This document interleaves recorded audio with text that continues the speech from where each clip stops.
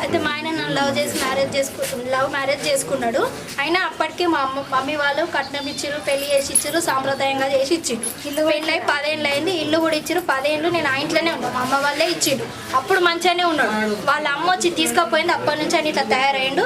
చేసింది మొత్తం వాళ్ళ మమ్మీ. మా కళ్ళ ఆపరేషన్ కోసం మా ఇంటికి పోయినా నేను. అప్పుడు నాకు ఇన్ని రోజులు ఆయన ఎందుకు వస్తలేడు అని నాకు డౌట్ వచ్చి ఆయన జాబ్ చేసే దగ్గర షిఫ్ట్ కనుక్కొని ఆయన ఫాలో అయితే ఇక్కడ ఉన్నాడని నాకు తెలిసింది. తర్వాత మా తమ్ముళ్ళందరినీ తీసుకొచ్చి ఇప్పుడు పట్టించింది.